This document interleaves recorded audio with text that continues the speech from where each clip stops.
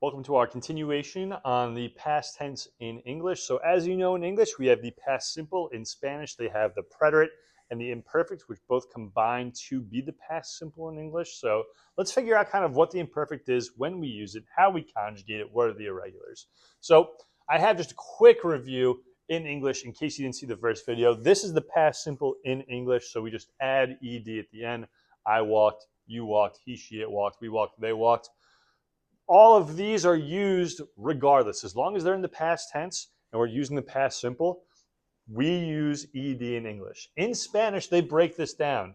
So walked could be el preterite, yo caminé, or the imperfect, yo caminaba. All right, so first what we're going to do is see how do we conjugate in the imperfect, and then we'll see kind of when it's used and hopefully clear up any misconceptions that you have. Because when you really dive into it, the more you practice with it, the better you'll understand it. So let's just keep on cruising here. How do you conjugate it? If it ends with the R, you put aba. All right, so aba, abas, aba, abamos. Notice there's that tilde on the nosotros for that abamos and aban. Whereas ER, IR, they conjugate together as they similarly do. It's going to be ia, ias, ia, iamos, and ian. Same endings that we put on our conditional verbs, which there's a whole other thing happening or video coming out for that. So no stress if you don't know it, but it's weirdly enough the same that we put on the end of our words for the conditional is how we conjugate it in the imperfect. So I have here 3 examples of verbs conjugated in the imperfect tense in Spanish. AR, ER, and IR. So caminaba, caminabas, caminaba, caminabamos, and caminaban. Comía, comías, comía, comíamos, and comían. Salía, salía, salía, salíamos, and salían. Now I want you to make important note of something that's happening here. In every case, whether it's AR, ER, or IR, we don't know the difference between the yo and the el, ella, and usted. So for those, you must include subject, right? Those are similar to English, right? You have to include subject so we know who is doing the action. Same for in the imperfect. All right, if I just say salía con su pareja, we don't know who it is, right? If I say caminaba a la escuela, we don't know who it is. So you have to include the subject for the yo, el, ella, usted, so that way the people who you're speaking to, who you're writing for, will understand who you're talking about. All right, important little side note there. So this is kind of the reason why you're here, I'm assuming. Anyone can just memorize how to conjugate. You need to know when you use it, though. And first things first, I think this is the best one to really kind of hone in on. This is going to be, I think, the most used case for the imperfect. So it's habitual actions, right? I walk to school every day. That every day tells us it's something that happened more than once. It's habitual. So because of that, it's an imperfect. All right. When you can use the term used to, I used to walk to school every day, that's a good kind of blinking light for the imperfect. Or would. I would walk to school every day. Now, would can also be used as the conditional in English. So you got to make sure that you're using would as a past tense would and not a conditional would. I would jump high, but I'm not athletic. That's conditional. I would go to school every day via bus. That's past tense. That's imperfect, okay? Actions in progress as well as background, something that was happening. This is going to be the past progressive. We're going to see an example with this soon, but that's typically going to be your estar will be estaba. And then the last one is when you're setting the scene, all right? So referring specifically to age, time, weather, and feelings, all of those will be getting. And when I say setting the scene, I mean like you're telling a story and you're setting the scene.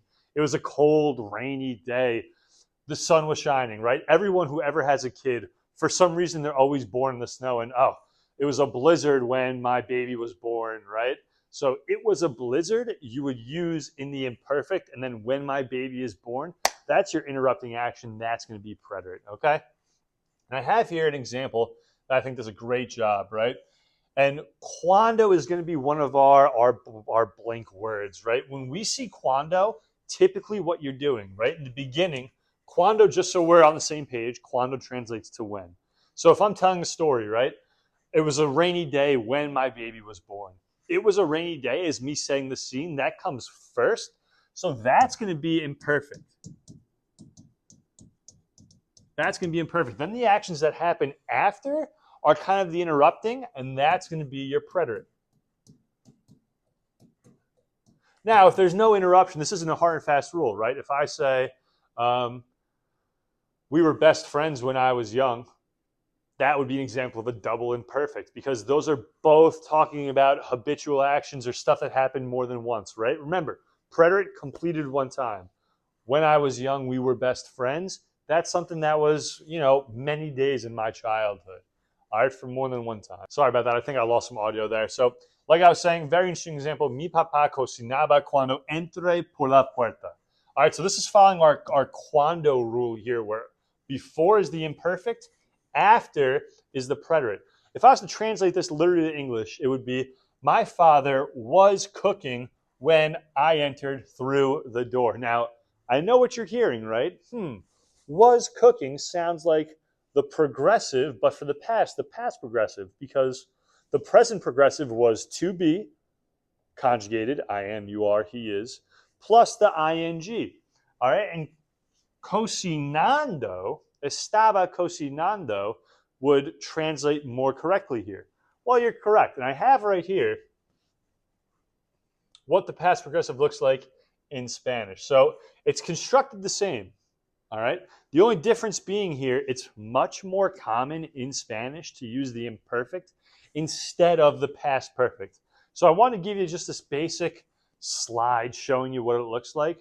But really, when you're speaking, when you're thinking in Spanish, or when you're speaking in Spanish but thinking in English, and you're doing that translating that we all do in the beginning, when you would use the past progressive in English, you're just going to use the imperfect in Spanish, and you'll be much better understood. It sounds much more normal in Spanish. So that's why here we have mi papá cocinaba cuando entré por la puerta.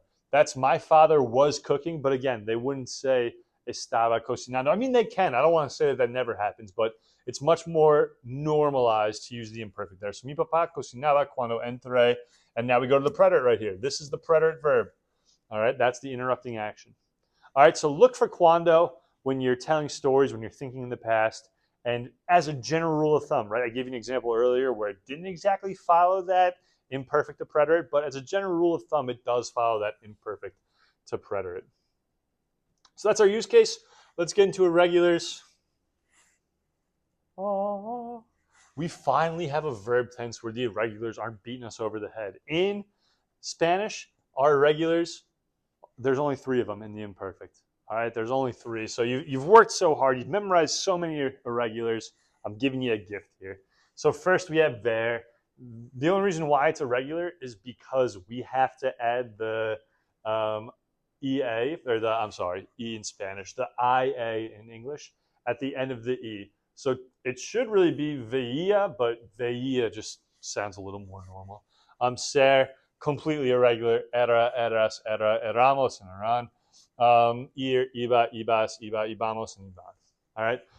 This is something that you will need to practice. I'm not going to lie to you. It is tough to start to really break down what the past simple looks like into 2 different categories, and the only way to do so is practice. You could watch a million videos on it, but getting in there, doing some examples, and trying to figure out which one is which is the best way. I have a video posted where we go over examples of just the imperfect and then of both, where we kind of pick apart each. Feel free to give that a look. Any questions, leave them in the comments. Have a good rest of your day.